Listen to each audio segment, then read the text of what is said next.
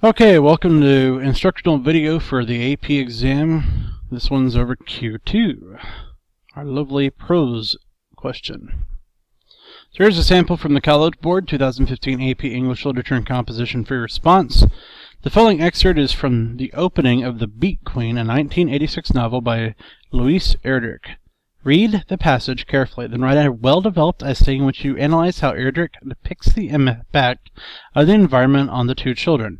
You may wish to consider such literary devices as tone, imagery, selection of detail, and point of view. So, as with Q3, let's look at the important parts. First thing, it's a Q2. It means we're on prose. More importantly, when we're doing the small prose, tone. We're going to look at tone in this one. How does it set the mood? How does it impact the mood?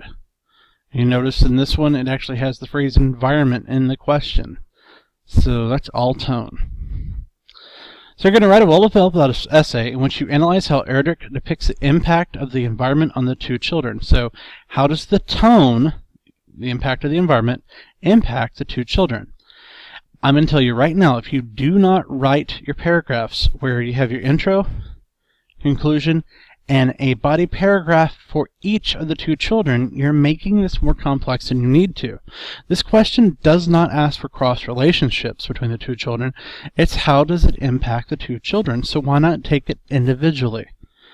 When you're annotating the story for this one, you're going to be looking directly for how the environment, how is it described, and then how does it seem to affect each child individually. Then write that paper. A couple of topics with areas they said, hey, you may want to look at these are, go figure, tone, mood again, it's all about tone, which is usually set by imagery, selection of details, and point of view. A lot of people think that this list, much like the text list and all on the previous Q3 question, they think it's a trap. It is not a trap. These devices are here because they are in the piece. They do impact the environment of the children. There's nothing wrong with using this list. And no, you do not ever have to use all of it. Use what you need to be able to make your point, but the list is there to help. You don't have to create something fresh. You just have to be able to apply what they've given you.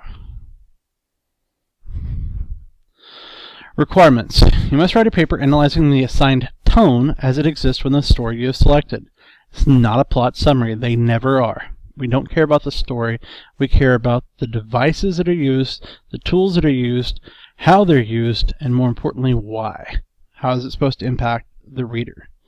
Its structure isn't really all that different. This one is the longer one. So we have our argument, then text evidence. How the text evidence, how the device and all we're looking at is used within the text evidence, why it's used in that particular way at that particular moment in time. These two parts should be about 2 to 3 sentences each and all when addressing this information.